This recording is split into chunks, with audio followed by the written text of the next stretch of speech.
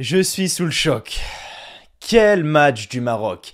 Quelle séance de tir au but! Le Maroc décroche son ticket pour les quarts de finale. Le Maroc est en quart de finale de la Coupe du Monde pour la première fois de son histoire. C'est juste exceptionnel. Il n'y a qu'un mot à dire, c'est bravo parce que cette victoire, ils sont allés la chercher au trip. Bravo aux Lions de l'Atlas. Ils l'ont clairement pas volé, cette qualification.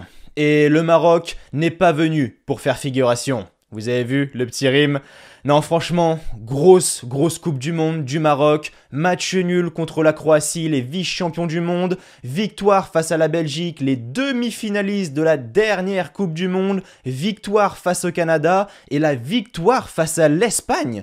Le Maroc décroche son ticket pour les quarts de finale. Franchement, c'est juste exceptionnel. Le Maroc, j'ai pas les mots. Sincèrement, j'ai pas les mots, je m'y attendais vraiment pas, pour vous dire la vérité. Pas que je sous-estime le Maroc, hein, très loin de là, mais voir une Espagne autant en difficulté face à cette équipe marocaine qui a réalisé un gros match, franchement, je m'y attendais pas. Je savais que ça allait être compliqué pour l'Espagne et que le Maroc allait réaliser un gros match. Maintenant, évidemment, de mon côté, j'ai un petit sentiment mitigé parce que vous le savez, je suis d'origine espagnole, l'Espagne est éliminée, mais d'un côté je suis tellement content pour le Maroc. Maroc qui est un pays que j'aime beaucoup, qui est une communauté qui m'apporte énormément de soutien depuis que j'ai commencé les débriefs de la Coupe du Monde. Donc je suis très content pour eux, très content de les voir se qualifier en quart de finale. Le Maroc a géré son match, ils ne sont pas allés chercher les Espagnols très haut parce que, on le sait, l'Espagne arrive à jouer sous pression.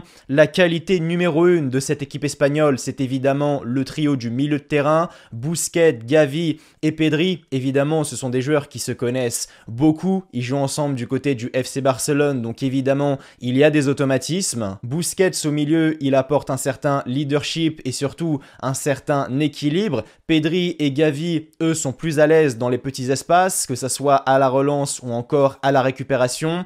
Gavi, aujourd'hui, il a provoqué, il a subi un grand nombre de fautes, il a été très intéressant dans son registre. Malheureusement, voilà, ça n'a pas suffi. Et aujourd'hui, le milieu de terrain marocain a été supérieur à celui de l'Espagne. Effectivement, le Maroc n'a pas tenu le ballon comme l'Espagne, mais en termes d'efficacité défensive, le Maroc a été au-dessus parce que à aucun moment, ou du moins très peu souvent, l'Espagne s'est montré dangereux. Parce que oui, c'est bien beau d'avoir 80% de possession, de faire tourner au milieu de terrain, mais si tu ne te projettes pas rapidement vers le but, au final, ça ne sert à rien. Et là où l'Espagne a pêché, c'est offensivement, parce que qu'est-ce qu'il manque à cette équipe espagnole? C'est un numéro 9. On l'a vu, Asensio, aujourd'hui, c'était extrêmement compliqué.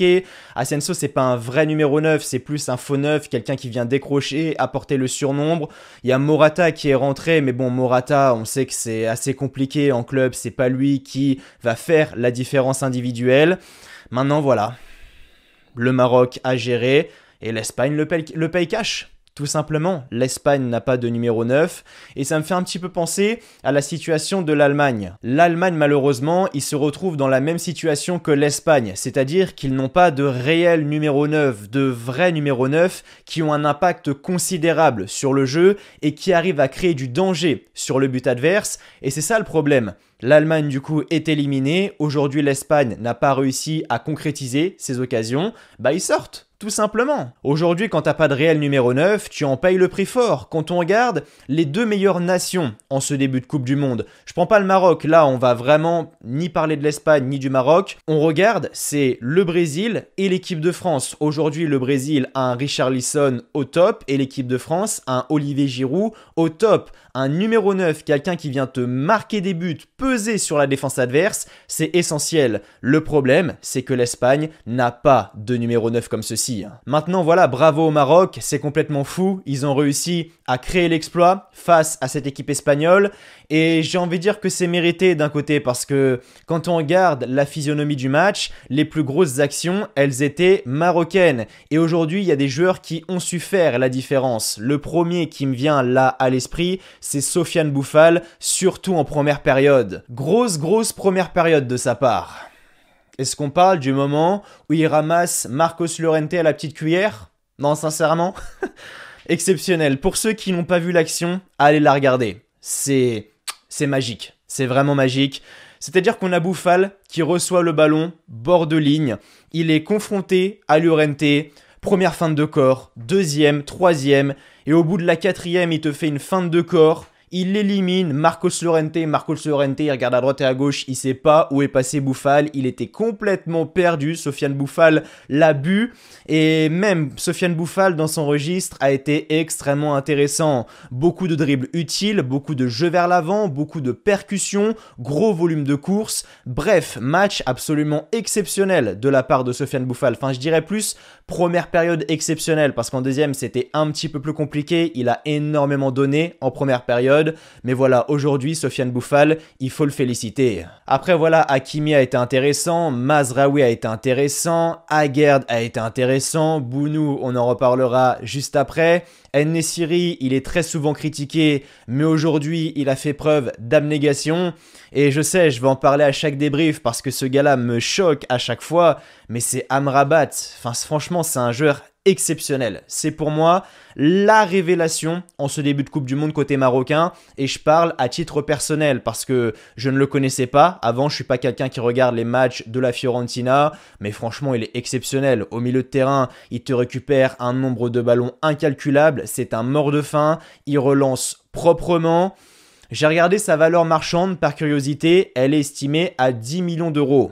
10 millions d'euros, l'OL a moyen de s'aligner là-dessus. Franchement, mais recrutez-le ce mec-là. Il est exceptionnel, il est devant la défense, c'est un vrai patron. Enfin, ce gars-là, je le prends à Lyon tous les jours. Alors évidemment, je rêve, ce gars-là ne viendra jamais à Lyon, mais Amrabat est absolument exceptionnel. Sincèrement, c'est un sacré joueur et le Maroc a énormément de chance d'avoir Amrabat. Après, voilà, le match a continué. L'Espagne a tout fait pour éviter la séance de tir au but. Malheureusement, ils n'ont pas fait la différence face au but.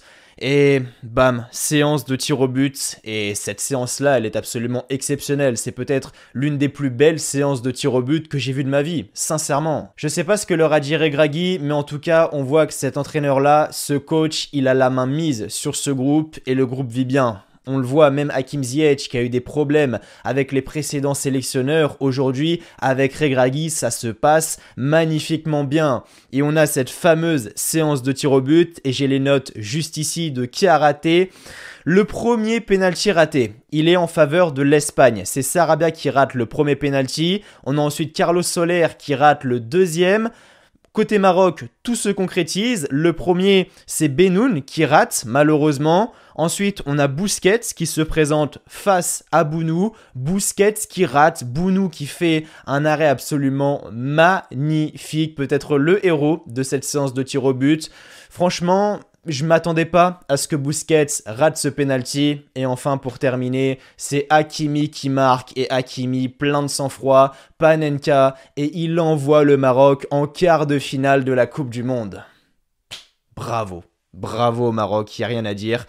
Ils ont été meilleurs sur la séance de tir au but. Il faut les féliciter. Le Maroc, du coup, affrontera la Suisse ou le Portugal. On verra comment ça va se dérouler ce soir entre le Portugal et la Suisse. Mais en tout cas, ce qui est sûr, c'est que le Maroc n'est pas venu là pour faire figuration. Ils sont là pour aller au bout de cette compétition. Et moi, franchement, je crois en eux. On va me dire, ouais, t'es vachement optimiste. Non, je suis pas optimiste, je suis réaliste. Le Maroc a les moyens d'aller chercher quelque chose d'intéressant. Peut-être pas gagner cette Coupe du Monde, mais en tout cas, attention au Maroc, les amis. Attention à ne pas les sous-estimer. Et en tout cas, que ça soit face au Portugal ou face à la Suisse, ça sera un excellent match. Malheureusement, pas de débrief ce soir entre le Portugal et la Suisse. Là, je fais le tournage. Ensuite, je vais faire le montage. Il faut que je mette la vidéo en ligne, la miniature, etc. Je vais, à mon avis, louper une bonne partie de la première période. Et si c'est pour vous faire un débrief où j'ai raté une bonne partie de la première période de ce match entre la Suisse et le Portugal, je pense que ça vaut vraiment pas le coup. Du coup, voilà les amis, c'était tout pour le débrief de ce match entre le Maroc et l'Espagne. J'espère qu'il vous aura plu. Avant de partir, comme d'habitude, n'oubliez pas le petit like, le petit pouce bleu qui fait toujours extrêmement plaisir. Et n'oubliez pas de vous abonner à la chaîne si vous avez aimé ce que vous avez vu. Nous, on se retrouve vendredi parce que oui, ça y est, depuis le début de cette Coupe du Monde, on va enfin avoir une petite coupure. Du coup, on se retrouve vendredi et il me semble que c'est le match de 16h entre la Croatie et le Brésil, si je dis pas de bêtises. Donc nous, on se retrouve vendredi pour le débrief du match entre la Croatie et le Brésil. D'ici là, prenez soin de vous. Je vous souhaite comme toujours que du bonheur, que les bonnes bonnes choses, portez-vous bien, et merci à vous d'avoir regardé cette vidéo. Allez, ciao bye bye, et à vendredi.